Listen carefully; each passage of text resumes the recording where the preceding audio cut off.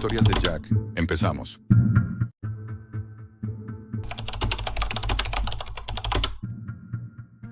Hay cosas que uno puede leer, pero que jamás debería descargar.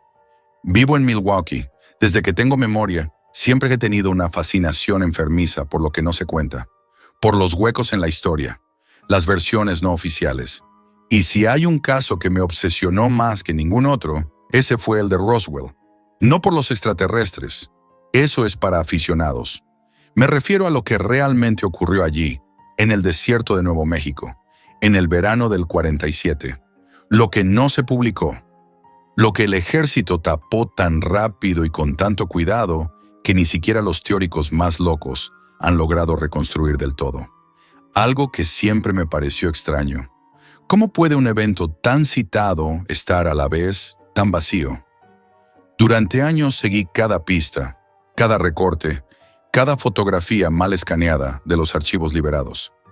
Pero todo parecía manipulado, como si cada documento fuese una copia de una copia, y la verdad estuviera escondida 5 capas más abajo.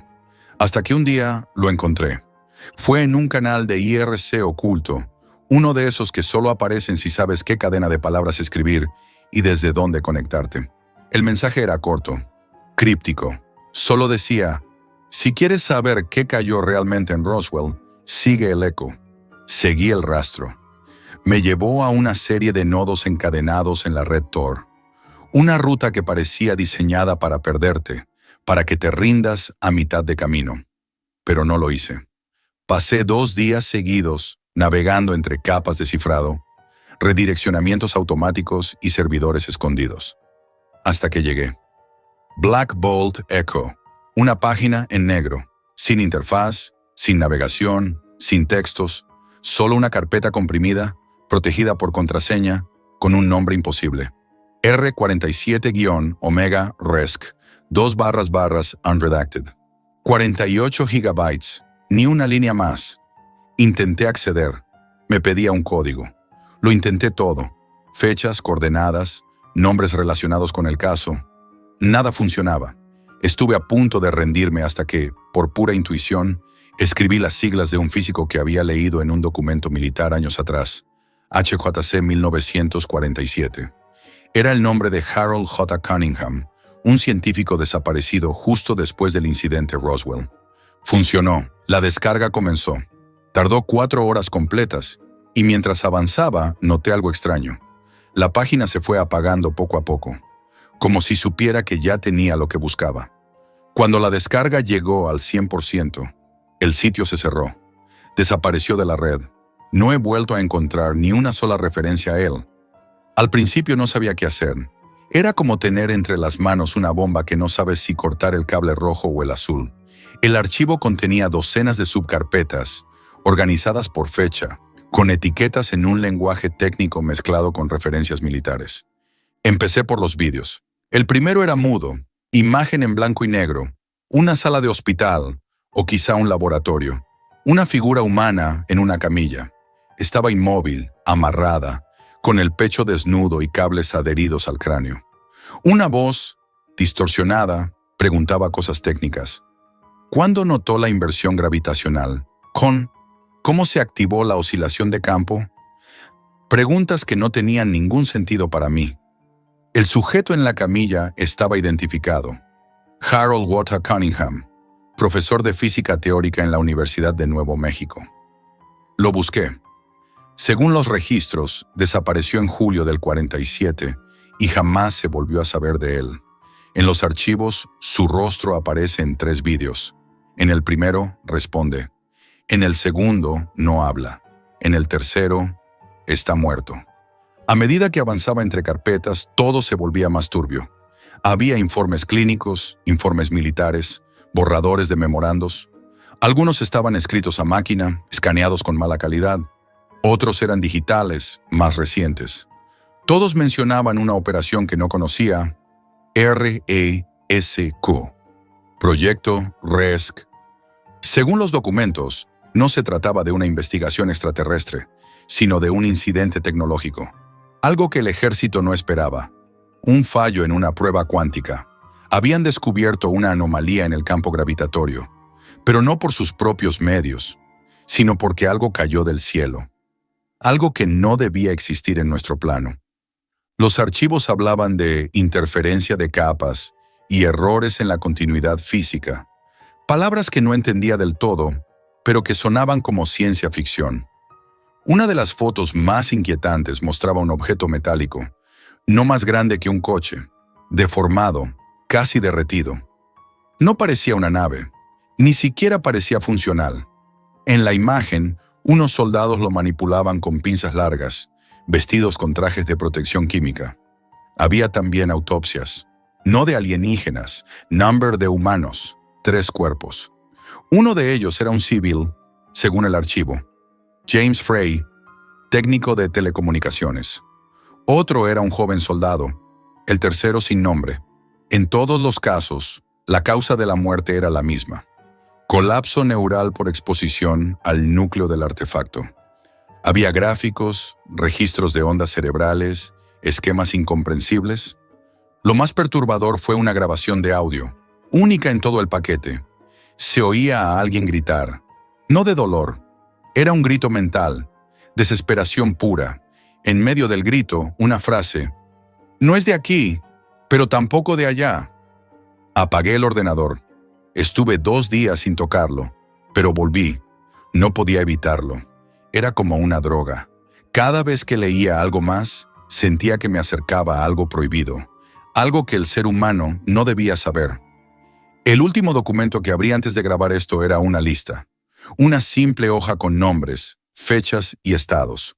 La mayoría estaban marcados como neutralizados. Gente que había accedido como yo. Gente que había visto demasiado. El último nombre de la lista era el mío. Jack Kay, Milwaukee, pendiente de neutralización. No he dormido desde entonces. Mi conexión a internet va y viene. Las llamadas se cortan.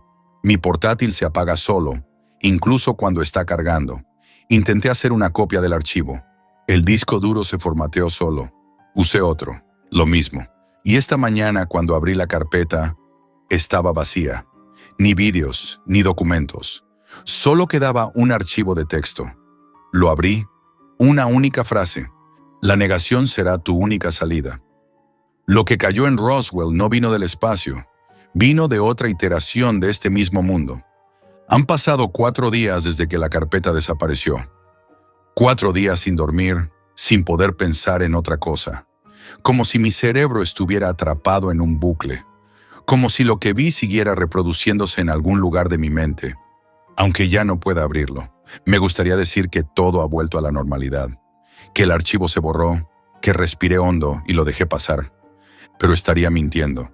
Porque ahora sé lo que sé. Y saberlo te cambia, te quiebra. Después de encontrar aquella nota en el escritorio digital, la negación será tu única salida. Intenté desconectarme del todo. Cerré el portátil, apagué el router, quité el chip del móvil, pero no sirvió. Seguí viendo cosas. O, mejor dicho, sintiendo cosas. No me malinterpretes. No estoy hablando de voces, ni sombras, ni fantasmas. Nada de eso. Hablo de vacíos. Pequeños momentos en los que el mundo parece resbalar. Una farola que parpadea justo al pasar. Un reflejo que se mueve en otra dirección. Una palabra en la radio que no debería estar ahí. Como si algo estuviera mal alineado. Como si la realidad tuviera pequeñas fugas. Esa fue la palabra que más aparecía en los archivos. Fugas. Fallos de continuidad. Y empecé a pensar, ¿y si Roswell no fue el primer contacto con vida extraterrestre, sino el primer contacto con otra tierra? Una donde todo es casi igual, lo suficientemente parecido para no notarlo, pero con las piezas fuera de sitio. Una tierra donde alguien, o algo, desarrolló una tecnología que permitió saltar entre capas de realidad. Pero al hacerlo, rompieron algo. Y esa brecha se abrió justo encima de Nuevo México, en julio del 47. ¿Y si lo que cayó no fue una nave, sino parte de una realidad colapsada? Aquel objeto deformado que vi en las fotos no parecía volar. No tenía estructura aerodinámica. Era como una masa de metal fundido alrededor de un núcleo oscuro, algo que se había materializado a la fuerza. Y eso explicaría los efectos en las personas expuestas, los cuerpos autopsiados, la descomposición interna, el colapso neurológico. No fue radiación, fue algo más profundo, algo que el cuerpo humano no puede procesar, porque no está hecho para existir cerca de un error estructural de la realidad. Seguí investigando. Aunque los archivos habían desaparecido, recordaba nombres, fechas, palabras clave. Con eso logré rastrear una mención en un foro abandonado, oculto bajo cientos de capas de enlaces rotos. Un usuario, llamado simplemente Risk Witness Alara 1, había publicado en 2015 un único hilo. Roswell fue una prueba fallida de contención interdimensional. Nadie respondió. Pero en ese hilo había algo que me congeló la sangre, un enlace a un PDF con los sellos del Pentágono, con el mismo estilo que los archivos que perdí. El documento hablaba de una instalación sellada bajo tierra, construida en 1971 a 17 kilómetros al noreste de Roswell. Una instalación sin nombre, sin registros públicos, camuflada como campo de pruebas de armas biológicas. En su interior, según el documento, hay una cámara de contención. No de un objeto, no de una nave, sino de un fenómeno. Un espacio que no se comporta como el resto del mundo. Un punto donde las leyes físicas fluctúan, donde el tiempo se curva, donde las coordenadas no son fijas. Lo llaman el fragmento. El informe indica que varios operarios fueron expuestos accidentalmente a este fragmento durante su transporte. Ninguno sobrevivió más de 72 horas, no por heridas visibles, sino por pérdida completa de identidad cognitiva. Su cerebro dejaba de reconocer el lenguaje, las funciones básicas, el concepto de yo. Murieron sin saber quiénes eran, y según los análisis, el fragmento sigue activo, en un estado de vibración constante, como si intentara regresar a donde vino, o peor, traer algo más consigo. El proyecto RESC-2 no se centraba en estudiar el fenómeno, se centraba en sellarlo para siempre y eliminar a todo aquel que pudiera poner en peligro ese sello. Empezó a tener sentido por qué los archivos estaban tan fragmentados, por qué nadie hablaba abiertamente del caso. No era una conspiración sobre aliens, era un pacto de silencio sobre una anomalía existencial. Algo tan peligroso, tan incomprensible, que la única defensa era el olvido. Y yo lo rompí. Quise contarlo. Busqué canales, foros, comunidades, pero nadie contestaba. Los mensajes no se enviaban. Las cuentas se cerraban solas. Incluso correos antiguos que tenía guardados desaparecieron. Uno de los correos reenviados a mí mismo contenía la lista, la que vi en los archivos. 47 nombres, todos vinculados de un modo u otro a Roswell. Periodistas, académicos, civiles, todos marcados como neutralizados. Algunos con fecha, otros con una simple cruz. El último nombre seguía allí. Jack Key. Milwaukee, pendiente. Eso es lo que más miedo me da, que todavía esté pendiente, que el hecho de estar grabando esto ahora mismo, de ponerlo en palabras, sea el último paso antes de que alguien decida tachar mi nombre también. Y sin embargo, no he visto a nadie. No hay coches negros, no hay ruidos extraños en la noche. Nada de películas, solo ausencias. Personas que ya no responden, sitios que se borran, huellas que desaparecen de internet. Como si el sistema no te persiguiera, sino que te borrara progresivamente, como si nunca hubieras existido. He empezado a escribir mis recuerdos a mano, por si un día me despierto y ya no me reconozco. Por si un día abro los ojos y no sé que me llamo Jack. Por si algún día esto, simplemente, deja de ser real para mí. Lo más irónico es que todo sigue su curso. La gente habla de ovnis en la televisión, de luces en el cielo, de extraterrestres, sin saber que lo que más deberían temer no viene de otro planeta. Viene de aquí mismo, de otra versión de este mundo que no debió cruzarse con la nuestra. Y lo peor es que ese cruce sigue abierto. Tal vez ya haya otros fragmentos. Tal vez tú mismo, que estás escuchando esto, ya hayas sentido algo raro. Una calle que no reconoces. Un recuerdo que nadie más tiene. Una palabra que nunca usaste pero conoces. Pequeños errores. Pequeñas fugas. Si estás oyendo esto, si esta grabación llegó a ti, no la ignores. No la compartas en redes. No intentes replicarla. Y por lo que más quieras, no busques el archivo R47-Omega-RESC. No intentes comprobar si esta historia es real, porque si lo haces, estarás dentro. Y una vez dentro, nadie sale recordando quién era. Si has llegado hasta aquí, ¿aún recuerdas quién eres?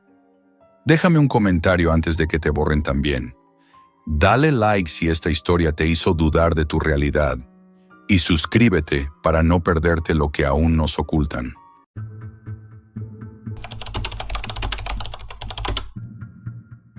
No pensé que un simple clic pudiera cambiar mi vida, hasta que encontré la Deep Web de los retos. Todo comenzó una noche aburrida de verano. Yo estaba en mi piso con mis amigos, Leo y Dani, tirados en el sofá entre risas y cervezas, hablando de tonterías y de quién podía aguantar más en pruebas ridículas. Entonces, Leo soltó algo que nos dejó helados. He oído hablar de retos en la Deep Web, retos que se puntúan, que se graban y que nadie sabe quién organiza. Ganas puntos si lo haces, pierdes si fallas. Al principio nos reímos, sonaba absurdo, pero la curiosidad nos picó, como un insecto molesto que no se puede ignorar. Pasamos horas investigando, rodeados de pantallas azules y ventanas emergentes. VPNs, foros ocultos, contraseñas temporales que duraban segundos. Hasta que finalmente encontramos un sitio que parecía un tablón de puntuación simple. Nada de fotos, nada de nombres, solo retos y números que subían o bajaban según tu rendimiento. La primera sensación fue extraña, una mezcla de emoción y miedo. El primer reto era sencillo, incluso risible. Comer algo extremadamente picante sin beber agua. Lo grabamos entre risas nerviosas y cuando subimos el vídeo, la puntuación apareció de inmediato. Un número frío y exacto que nos hizo sentir un extraño orgullo. Esa noche terminó con bromas y cervezas, pero una sensación rara quedó flotando en el aire, como si algo invisible hubiera entrado en nuestra habitación. Al día siguiente, los retos comenzaron a intensificarse. Primero eran físicos, permanecer en agua helada, aguantar en posiciones incómodas, ejercicios de equilibrio que parecían tonterías, pero que nos dejaron con agujetas durante días. Cada fallo se sentía como un reproche silencioso. Cada acierto era una dosis de adrenalina difícil de explicar. La puntuación, inmutable y constante, nos observaba sin mirar, juzgando nuestros movimientos. Luego llegaron los retos más extraños. Uno nos pidió permanecer en completo silencio en un sótano durante 10 minutos, con linternas pequeñas, grabándonos en video. Cada ruido restaba puntos. El aire se volvió pesado. Los latidos de nuestro corazón resonaban en las paredes, y la sensación de aislamiento era tan real que nos costó respirar. Subimos la grabación y vimos cómo la puntuación bajaba, a pesar de que todos creíamos haber estado quietos. Esa noche nadie habló demasiado. Algo había cambiado, aunque ninguno de nosotros quería admitirlo. Después aparecieron los retos que tocaban lo más íntimo, secretos personales. Nos pedían revelar miedos, fracasos o deseos que nunca habíamos contado. Al principio intentábamos bromear, ocultar nuestra ansiedad, pero cada prueba nos obligaba a abrirnos más de lo que queríamos. Leo, siempre tan seguro, empezó a quedarse callado por largos segundos, con los ojos fijos en la pantalla, como si evaluara hasta qué punto estaba dispuesto a exponerse. Dani temblaba cuando mencionaba ciertos recuerdos, y yo sentía un peso en el pecho que no podía sacudir. Cada secreto revelado aumentaba nuestra puntuación, y al mismo tiempo nos hacía sentir vulnerables, atrapados en un juego que ya no era solo físico, sino psicológico. El cambio más inquietante fue la obsesión por la puntuación. Cada error, cada fallo, cada disminución en el marcador nos afectaba más de lo que habíamos imaginado. Discutíamos por tonterías. Si hubieras movido la linterna un segundo menos, no perderíamos puntos, decía Leo, mientras yo sentía que me estaba transformando en alguien que no reconocía. Incluso empezamos a contar los fallos de los otros, como si sus pérdidas nos dieran un alivio extraño. Una noche nos dieron un reto de resistencia: permanecer en la azotea de un edificio vacío durante 1 hora, grabándonos mientras el viento helado nos azotaba la cara. No podíamos mirar hacia abajo ni hablar, solo esperar. El tiempo parecía estirarse y cada minuto era un martillazo contra nuestros nervios. Cuando finalmente bajamos, temblando y con la puntuación apenas en positivo, todos sentimos un alivio silencioso mezclado con un miedo que no podíamos nombrar. Poco a poco, la Deep Web dejó de ser solo curiosidad. Empezó a infiltrarse en nuestra rutina. Revisábamos la puntuación a cada rato. Planeábamos estrategias para los retos. Discutíamos sobre cómo grabarnos mejor. Incluso las bromas comenzaron a girar en torno a la puntuación. ¿Quién fallaría menos? ¿Quién conseguiría más puntos? Todo lo demás parecía secundario.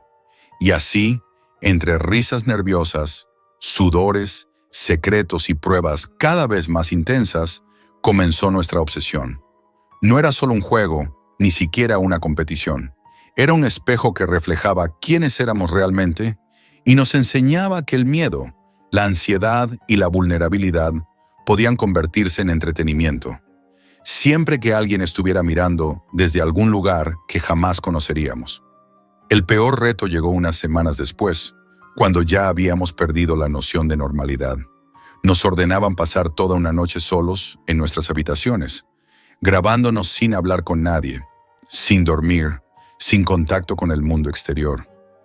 La instrucción era clara: permanecer, observarnos a nosotros mismos y grabar todo. Lo que parecía simple en papel se convirtió en una pesadilla en cuanto oscureció. Cada crujido del edificio parecía amplificado, cada respiración de los vecinos, cada murmullo lejano nos hacía saltar. Nos mirábamos a través de las pantallas, y era imposible no notar cómo nuestros ojos habían cambiado. Estaban más apagados, más tensos, llenos de una ansiedad que no podíamos controlar. La noche se volvió interminable. Intenté leer, pero las palabras se mezclaban, me parecían irreales. Intenté escuchar música, pero cada nota se sentía como un ruido que me recordaba que estaba siendo juzgado, que cada movimiento podía restar puntos. Dani se recostó en la cama, temblando, mientras Leo permanecía sentado, quieto, con la mirada fija en la cámara, como si fuera un espejo que reflejara su alma. Nos habíamos convertido en prisioneros de nuestro propio silencio, y la puntuación seguía subiendo o bajando sin que pudiéramos hacer nada para controlarla. A la mañana siguiente, cuando revisamos los vídeos, nos mirábamos sin poder hablar. Todos habíamos cambiado, aunque físicamente parecíamos los mismos. La tensión, la fatiga y la ansiedad habían dejado marcas invisibles.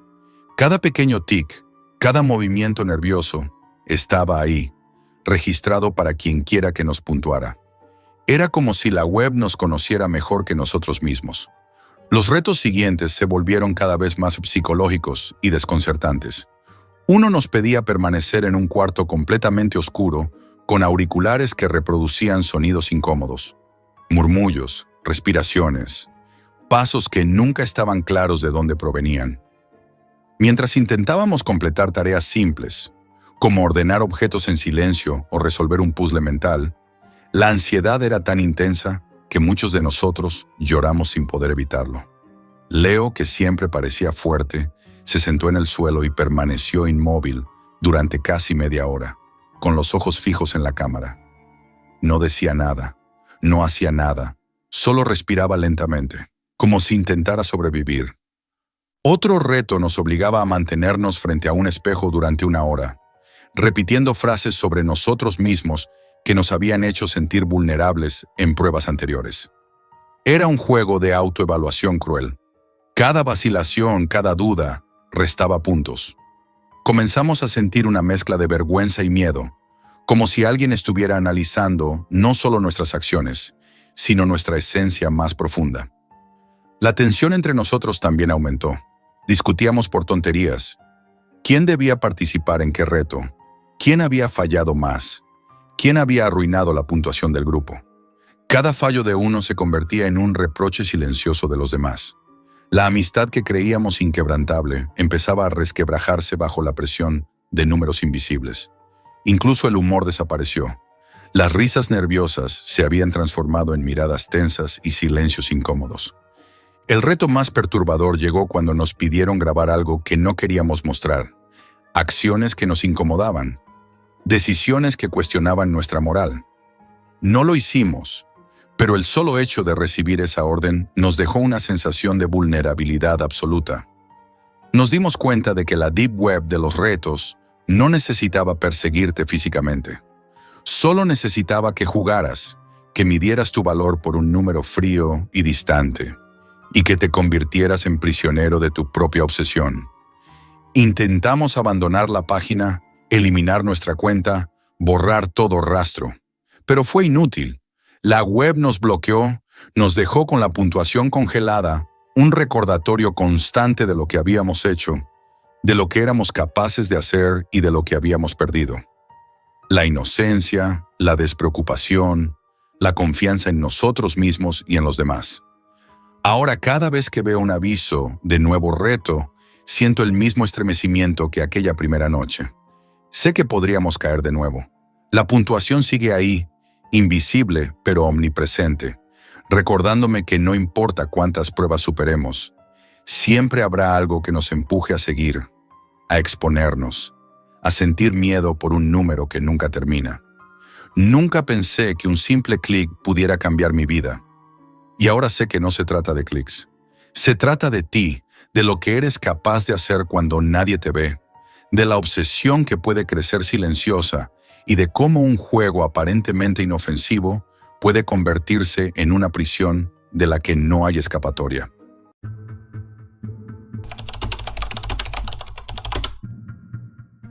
Mi hermano y yo siempre hemos sido aficionados a los retos extremos.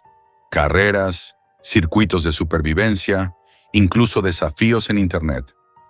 Nos gustaba sentir que podíamos controlar nuestro cuerpo, que podíamos llevarlo al límite.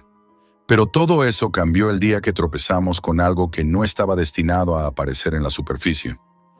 Era una tarde cualquiera y, aburrido, mi hermano me mostró un enlace que había encontrado en un foro de la Deep Web.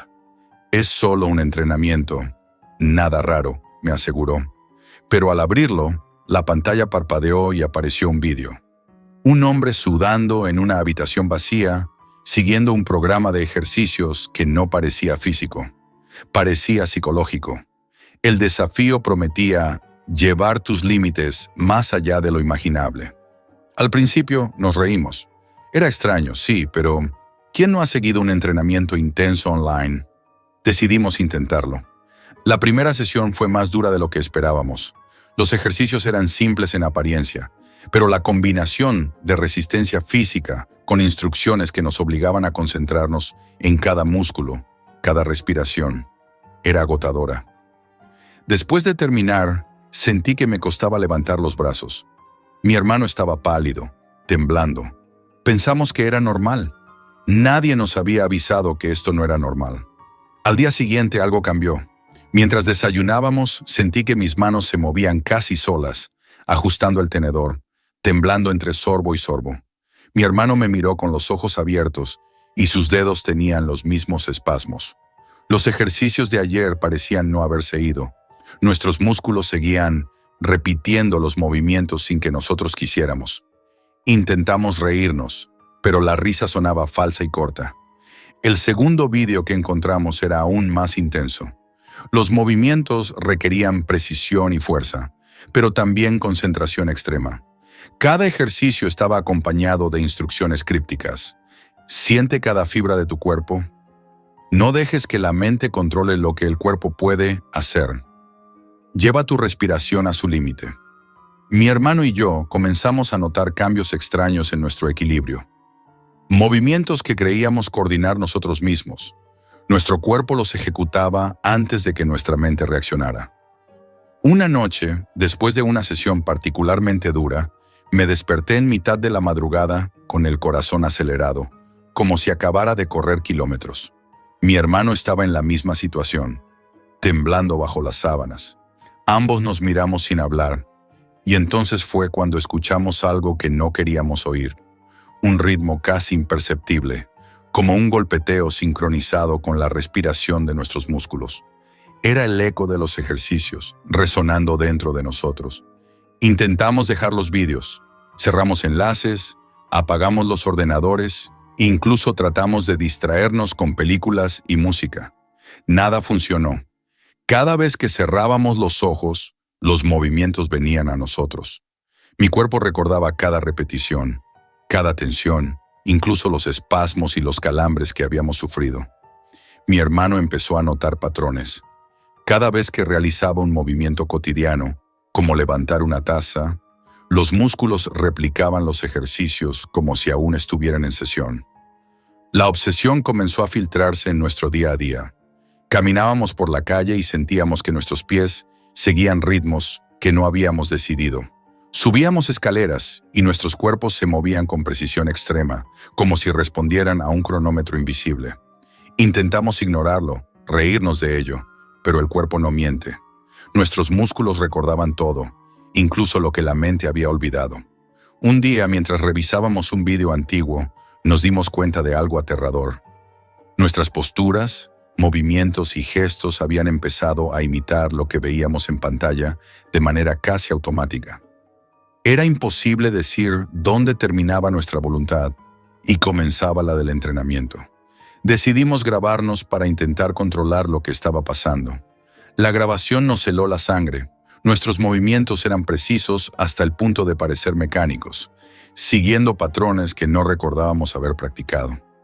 Era nuestro propio cuerpo entrenándose por sí mismo. El miedo empezó a instalarse con fuerza. Cada vez que intentábamos relajarnos, incluso dormir, sentíamos cómo los músculos tensos se resistían a la calma. Cada respiración era medida, cada latido parecía sincronizado con un cronómetro invisible. Empezamos a ver cómo lo que había comenzado como un simple reto en la Deep Web se convertía en algo que nos estaba moldeando, no como personas, sino como autómatas cansados. Ya no éramos los mismos, y esa certeza, ese miedo silencioso que nos acompañaba en cada gesto, en cada respiración, era apenas el principio de lo que estaba por venir. Intentamos dejarlo, cerramos los enlaces, apagamos los ordenadores y borramos cualquier rastro, convencidos de que cortar el contacto con aquel entrenamiento frenaría lo que nos estaba sucediendo. Pero los movimientos no desaparecieron.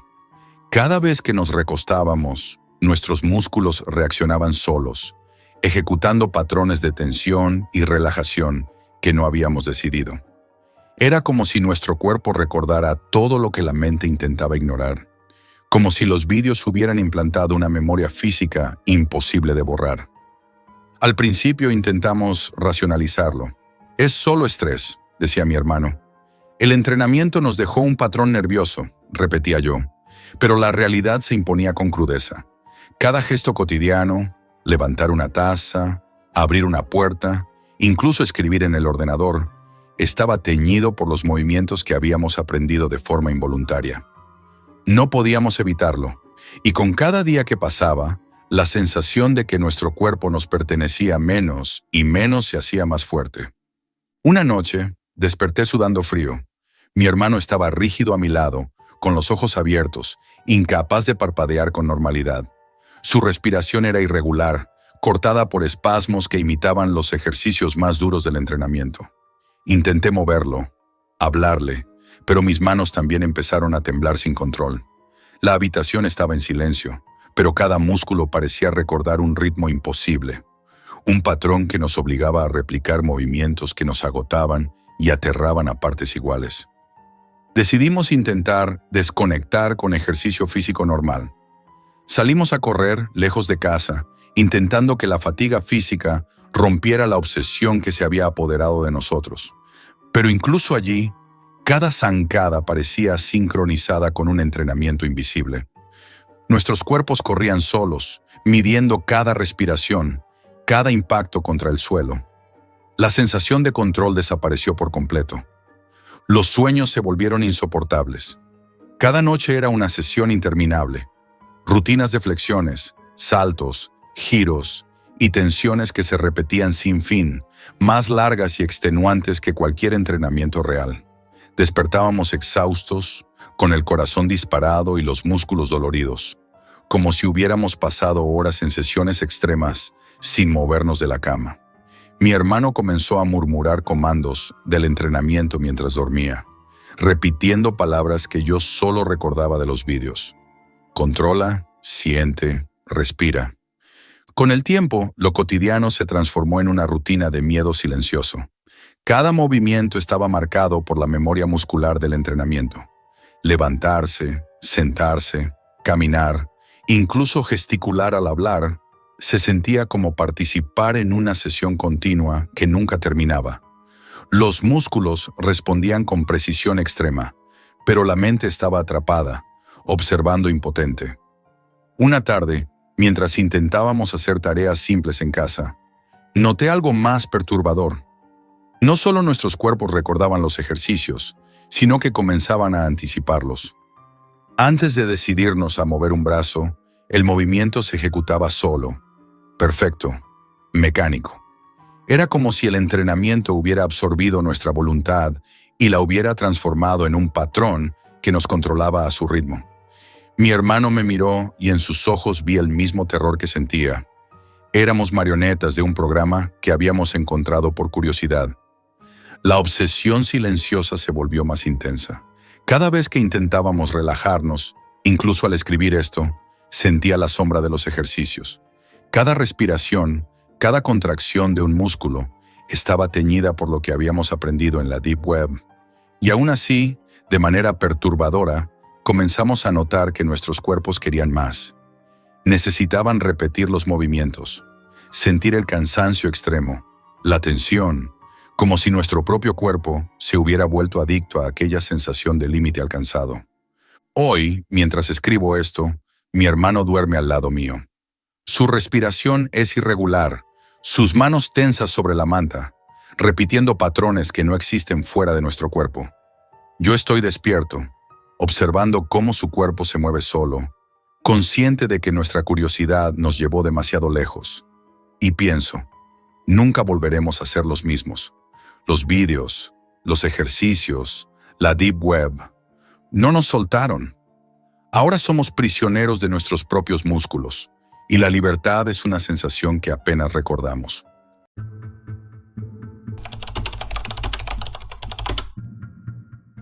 No pensé que pulsar un enlace pudiera cambiar lo que soy para siempre. Esto es lo que viví hace apenas unas semanas, y todavía siento el peso de cada segundo que pasé frente a esa pantalla. Todo empezó con mi profesor, el Dr. Ortega, un hombre que parecía saberlo todo sobre informática, y sobre todo sobre los recovecos más oscuros de la Deep Web. Era un tipo que caminaba siempre con esa calma inquietante, como si conociera secretos que nadie más podía imaginar, y su despacho olía a libros viejos, café rancio y algo indefinible, casi metálico. Era una tarde gris, fría y silenciosa, cuando me senté frente a su ordenador.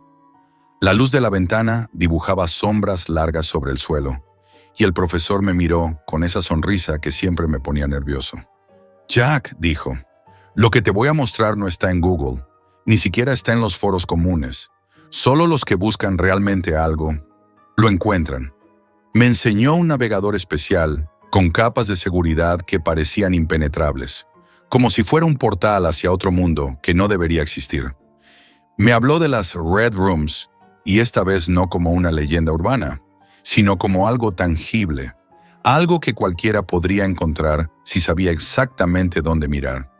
Yo había oído rumores, claro, pero siempre los había descartado. Él insistió en que lo que se publicaba allí era real. «No se trata de fantasmas ni de historias inventadas», me advirtió. «Son cosas que pasan de verdad». No era una amenaza, pero algo en su voz me erizó la piel. Me dejó solo frente a la pantalla, y mis dedos temblaban mientras tecleaba la dirección que me había dado. Al principio parecía un foro normal. Pestañas, usuarios, chats, imágenes borrosas. Había conversaciones anodinas, pero también enlaces que brillaban con un tono rojo extraño, como si me llamaran. Fue uno de esos enlaces lo que me llevó a la sala roja. El nombre ya era inquietante. La página era minimalista, fondo negro, letras rojas y un único botón que decía «Entrar». No había advertencias, ni promesas de seguridad, ni siquiera un mensaje que dijera «Si pulsas, estás a salvo». Solo el botón, vacío, intimidante. Pulsé. Lo que vi me dejó helado. No había cámaras, nadie observándome físicamente, pero la sensación de ser testigo de algo prohibido era abrumadora. La sala estaba llena de archivos que mostraban escenas de violencia real. No eran películas ni simulaciones. La crudeza de cada toma era abrumadora. La forma en que cada ángulo parecía capturar la desesperación de la víctima era casi quirúrgica. Sentí un nudo en el estómago y un vértigo que me hizo retroceder, pero mis ojos seguían pegados a la pantalla. Cada archivo tenía un patrón, un poder absoluto sobre otra persona, espectadores invisibles que pagaban por cada segundo y una certeza perturbadora de que todo era real. Intenté cerrar la página, pero no podía.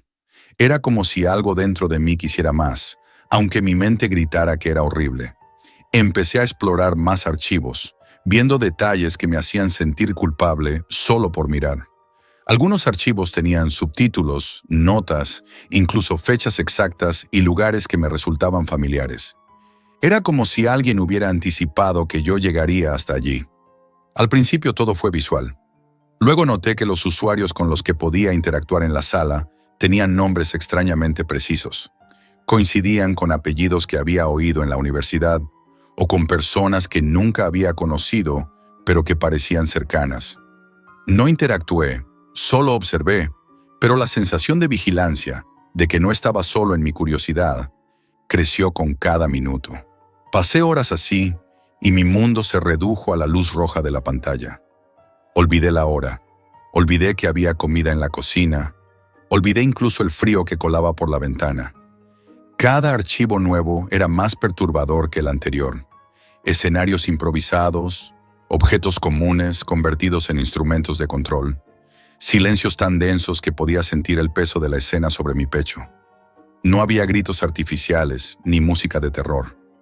Solo la crudeza de la realidad que yo, contra mi voluntad, estaba absorbiendo. En un momento, noté algo que me congeló. Un archivo mostraba una habitación que era idéntica al despacho del profesor Ortega. Los mismos estantes, la misma lámpara de escritorio, incluso el reloj de pared marcaba la hora exacta. Mi corazón se aceleró. No había cámaras, nadie me perseguía, pero ese detalle me hizo sentir vulnerable de una manera indescriptible. Como si solo el hecho de estar ahí me hubiera convertido en parte de esa sala roja. Cuando finalmente logré cerrar la página, el silencio de mi habitación era casi ensordecedor. Mis manos sudaban, mis ojos dolían, y el mundo exterior parecía lejano y gris. Pero algo en mi interior había cambiado. Un deseo oscuro de entender más, de buscar los límites de lo que había visto. Sabía que estaba jugando con algo peligroso, pero no podía evitarlo. Y así terminó mi primera visita a la sala roja. Solo yo, frente a mi conciencia y la sensación de que había cruzado un umbral del que no había regreso. No había persecuciones, ni fantasmas, ni vigilancia constante. Solo existía la realidad más cruda y el eco de lo que había presenciado, retumbando en mi mente mientras la ciudad continuaba ajena a todo. Desde aquel primer encuentro con la sala roja, nada volvió a ser igual. La imagen de la pantalla roja, con su fondo negro y letras rojas brillantes, estaba grabada en mi mente como un tatuaje invisible. Pensé que con apagar el ordenador y alejarme sería suficiente, pero la realidad era más cruel. Cada sonido, cada sombra en mi habitación me recordaba lo que había visto. No había persecuciones, no había cámaras, solo la certeza de que había sido testigo de algo que no podía ignorar. Al tercer día, sentí una necesidad compulsiva de volver. Sabía que no debía, pero la curiosidad era un imán oscuro que me arrastraba. Esta vez abrí la sala roja con más cautela, buscando entender quiénes estaban detrás de todo aquello y por qué se sentía tan real. Los archivos que encontré eran aún más perturbadores.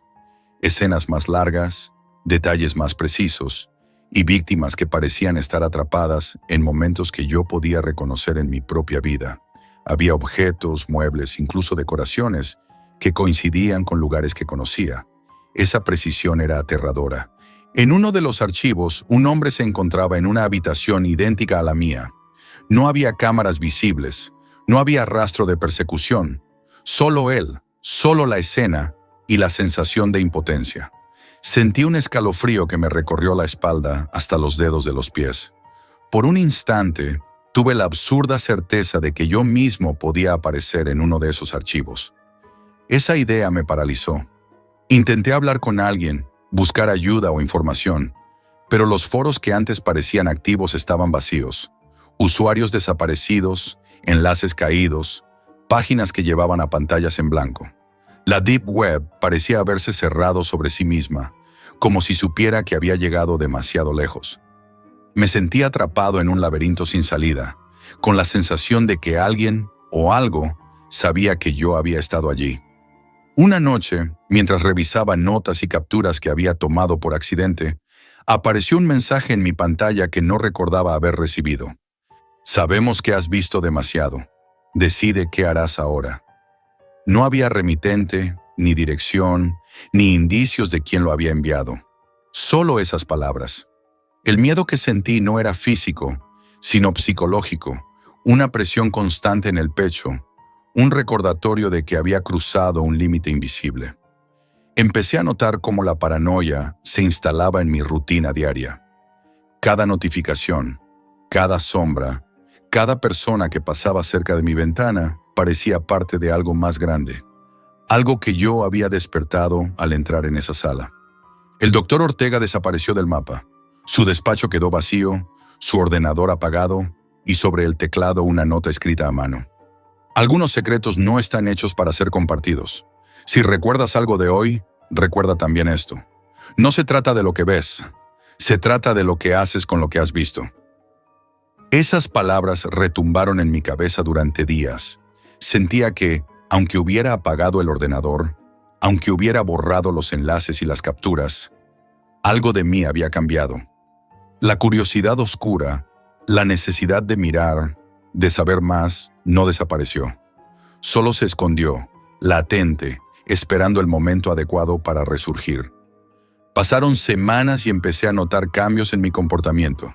Comía menos, dormía peor, y mis sueños se llenaron de las escenas que había presenciado. No eran pesadillas con monstruos, eran recuerdos reales, grabados con una precisión que el subconsciente no debería poder recrear. En mis sueños estaba frente a la pantalla roja, viendo cómo alguien más sufría y no podía apartar la vista.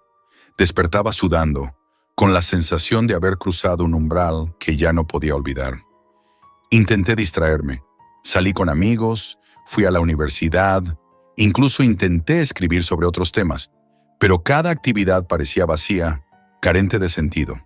Las imágenes de la sala roja regresaban, a veces mezcladas con mi vida cotidiana. Un reloj, una ventana, un mueble, un gesto que reconocía de mi entorno. Todo parecía un recordatorio de que mi curiosidad me había marcado de manera irreversible. Una noche, mientras estaba solo en el apartamento, el ordenador se encendió por sí mismo y apareció otra ventana. Estás aquí porque elegiste ver. Ahora elige qué serás. No había instrucciones, no había amenaza física, solo la certeza de que algo había cambiado dentro de mí. Era un desafío silencioso, un peso constante que me recordaba que la sala roja no era solo una página web, sino una experiencia que había penetrado en mi mente. Sentí un miedo distinto, miedo a mí mismo, miedo a lo que podía llegar a desear al volver a mirar. Al final decidí cortar todo. Apagué el ordenador, desconecté la red y borré todo rastro de enlaces, archivos y notas. Cada captura, cada dirección, cada pista desapareció. Pero la sensación, el vacío, la obsesión por lo prohibido, se quedó conmigo. La ciudad seguía su curso, ajena a todo, pero yo caminaba entre ella con la certeza de que había visto demasiado. No hay fantasmas, ni cámaras, ni persecuciones. Solo está la verdad más oscura de la humanidad, capturada y expuesta, esperando a que alguien más la descubra. Y yo fui ese alguien. A veces en la quietud de la noche, siento un impulso imposible de controlar. La necesidad de volver a buscar, de abrir otra vez la pantalla roja, de mirar lo que no debería existir. Y sé que si lo hago, cambiará algo dentro de mí para siempre. Porque no es un juego, no es una historia inventada, es real. Y yo ya no soy el mismo.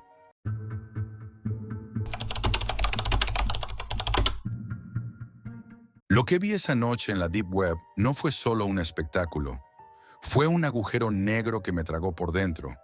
Y aún siento que algo de mí se quedó allí, perdido para siempre. No soy periodista ni investigador, simplemente alguien al que siempre le ha gustado mirar lo que no debe, empujado por una curiosidad que a veces se convierte en una trampa. Lo que me llevó a la Deep Web empezó como un juego, un reto insignificante, que no imaginé que acabaría marcándome para siempre. Todo comenzó cuando un amigo me habló de un foro oculto, un sitio al que solo se accedía con una clave secreta y que prometía algo fuera de lo común.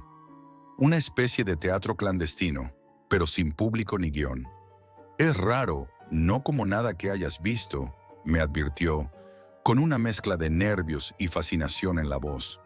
Me pasó el enlace y la contraseña, y aunque una parte de mí dudaba, la curiosidad ganó. Esa noche, en mi habitación a oscuras, con solo la pantalla del ordenador iluminando mi rostro, entré en ese lugar prohibido. Puse los auriculares y cargó una página sencilla, sin adornos, solo un vídeo en directo que mostraba una habitación pequeña y desnuda, sin ventanas ni muebles, apenas un foco que proyectaba un círculo de luz en el suelo. En ese círculo, un hombre estaba sentado, casi inmóvil. Tenía la cabeza baja y el cuerpo encogido, como si quisiera desaparecer dentro de sí mismo. No sabía quién era, ni por qué estaba allí, ni siquiera si era consciente de que lo estaba viendo. Pero había algo en su presencia que me congeló el alma. No había música, ni sonido ambiente, solo el leve susurro de su respiración y un murmullo constante que apenas podía entender, como si estuviera hablando consigo mismo en un idioma desconocido, o más bien, dialogando con sus propios demonios. Pasaron minutos, tal vez horas, y aquel hombre comenzó a moverse lentamente, a rozar con las manos su rostro, su pecho, como si tratara de desprenderse de algo invisible que lo asfixiaba. Su voz se volvió un llanto sordo, sin lágrimas visibles, un grito ahogado que traspasaba la pantalla. No era un actor, no era una actuación, era una confesión muda, un desgarro interior convertido en imagen. Y yo, desde mi silla, solo podía mirar, incapaz de apartar la mirada. Intenté apagar el vídeo, cerrar la página, pero algo dentro de mí me lo impedía. Era como si aquel foco de luz fuera un imán y aquel hombre, un reflejo distorsionado de algo que no quería enfrentar en mí mismo. Pasé la noche entera viendo esa función invisible, como si estuviera asistiendo a una ceremonia secreta de dolor y soledad que nunca antes había presenciado. Al amanecer, con los ojos cansados y la mente hecha trizas, decidí buscar más. Si aquello existía, tenía que haber otras funciones, otras personas que, como ese hombre, usaban ese espacio oscuro para mostrar su sufrimiento sin palabras, y las encontré. Había mujeres y hombres, jóvenes y mayores, todos atrapados en ese círculo de luz y sombra, cada uno con su propio ritual de desesperación. Algunas lloraban en silencio, otras recitaban frases incomprensibles, otras simplemente se quedaban inmóviles, como si el tiempo se hubiera detenido dentro de esa habitación sin salida. Una de las funciones que más me marcó mostraba a una mujer joven, con el rostro pálido y los ojos vidriosos. Comenzó a hablar, pero no a la cámara ni a nadie visible, sino a un espacio vacío. Sus palabras eran como un poema fragmentado, lleno de metáforas sobre la soledad, la culpa y la pérdida. Su voz era un susurro, pero cargado de una tristeza tan profunda que me atravesó el pecho. Cuando terminó, se desplomó lentamente sobre el suelo, rendida, como si hubiera entregado todo lo que tenía en ese monólogo sin público. El vídeo se cortó sin advertencia. La pantalla volvió a la oscuridad. Sentí una mezcla de vacío y culpa. Era como si hubiera invadido un momento demasiado íntimo, demasiado frágil para ser compartido. Quise saber quién era, qué le había pasado, pero no había pistas. Solo ese espacio cerrado y esas actuaciones que parecían no tener fin ni principio. Leí los pocos comentarios que había en el foro, mensajes crípticos, casi como claves secretas, frases sueltas que hablaban de dolor, resistencia y silencio. Nadie preguntaba por ayuda, nadie ofrecía consuelo. Era como un pacto silencioso entre los que actuaban y los que observábamos. Ver, pero no intervenir. Y cada vez que me alejaba, la imagen del foco, del círculo de luz y de esos cuerpos rotos me perseguía. En mis sueños, la habitación oscura se expandía, los murmullos crecían y sentía que algo dentro de mí se fracturaba. Pero a pesar del miedo, de la tristeza, volvía una y otra vez, porque esas funciones invisibles no eran solo espectáculos, eran heridas abiertas que me recordaban que detrás de cada pantalla hay almas que luchan en silencio, actores sin escenario, atrapados en un teatro que nadie más ve. Después de semanas sumergido en esas funciones invisibles, la experiencia empezó a cambiar algo en mí. Ya no era solo una cuestión de curiosidad morbosa o de observar desde la distancia. Sentía que me convertía en parte de ese mundo oscuro, casi como un espectador obligado, atrapado en una realidad que no podía comprender del todo, pero que me consumía. Una noche apareció algo diferente. En lugar de una persona sola en el foco, la cámara mostraba a dos figuras dentro del círculo de luz. No hablaban, no movían demasiado sus cuerpos. Simplemente se miraban fijamente, con una intensidad que traspasaba la pantalla. Sus ojos hablaban por ellos, llenos de miedo, de un dolor compartido, pero también de una inexplicable ternura. Era como presenciar una conexión que iba más allá de las palabras, un diálogo silencioso entre dos almas rotas, buscando consuelo en medio de un vacío imposible. Durante minutos eternos, permanecieron así, sin decir nada, sin romper la quietud. Uno de ellos se levantó lentamente y tocó con delicadeza la cara del otro, con un gesto tan vulnerable que casi parecía frágil, a punto de romperse. Luego se abrazaron en silencio, y por un instante, esa pequeña muestra de humanidad y afecto hizo que algo dentro de mí se deshiciera. Lloré. Sin darme cuenta, las lágrimas brotaron sin control mientras veía esa escena sin sonido, sin palabras, solo emociones puras que traspasaban cualquier barrera. Aquella función invisible me rompió y me reconstruyó al mismo tiempo. Me obligó a enfrentar partes de mí que había enterrado durante años. El miedo a la soledad, la culpa que había llevado en silencio, las heridas que nunca cerraron. A partir de ese momento, la función invisible dejó de ser solo un espectáculo lejano. Se convirtió en un espejo donde me veía reflejado, un lugar donde mis propios demonios se manifestaban a través de esos rostros anónimos. Quise detenerme, apartarme, buscar otra cosa que no me consumiera tanto, pero no pude. Cada noche, después de apagar las luces y aislarme del mundo, volvía a conectarme, buscando otra función, otra historia, otro fragmento de ese dolor que me absorbía. Fue así como, sin esperarlo, una noche ocurrió algo que cambió todo. Como siempre, la cámara mostraba a un hombre solo en el círculo de luz. Al principio, parecía la misma rutina. Murmuraba para sí mismo, gesticulaba con desesperación, sumido en un monólogo interno que yo solo alcanzaba a intuir. Pero entonces, la luz comenzó a parpadear, como si algo estuviera fallando o fuera a romperse. La imagen se volvió borrosa, inestable, y en ese instante, el hombre levantó la mirada y por primera vez me miró a mí directamente, como si pudiera atravesar la pantalla y verme en mi habitación. Fue solo un instante, un segundo que pareció eterno, pero en esa mirada había algo que nunca olvidaré.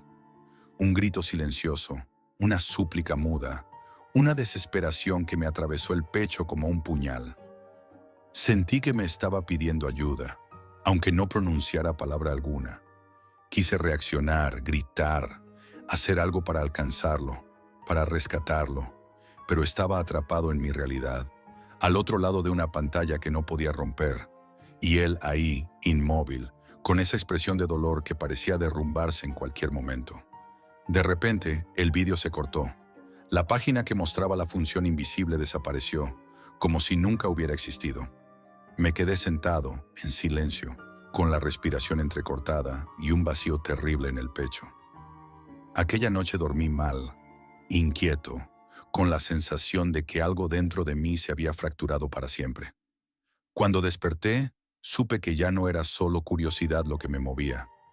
Era una conexión profunda y dolorosa con esas almas perdidas, un vínculo invisible que me unía a ellas en su sufrimiento. Intenté buscar respuestas, rastrear quiénes eran esos hombres y mujeres que se exponían así, sin público, sin ayuda, solo con su dolor como único lenguaje. Pero la Deep Web es un lugar donde los secretos se esconden con uñas y dientes. No encontré nada concreto, solo fragmentos, ecos y susurros. Y sin embargo, cada noche me convertí en un espectador más de esa función invisible, viendo, sintiendo, sin poder salvar, sin poder tocar. Quizá esa sea la verdadera tragedia, ser testigos mudos de un sufrimiento tan profundo que solo podemos observar desde la distancia, convertidos en fantasmas sin poder intervenir. Así que si alguna vez oyes hablar de la función invisible en la Deep Web, piensa 2 veces antes de entrar, porque puede que no salgas igual que entraste. Puede que, como a mí, algo de ese dolor se quede contigo para siempre, impregnando cada rincón de tu alma.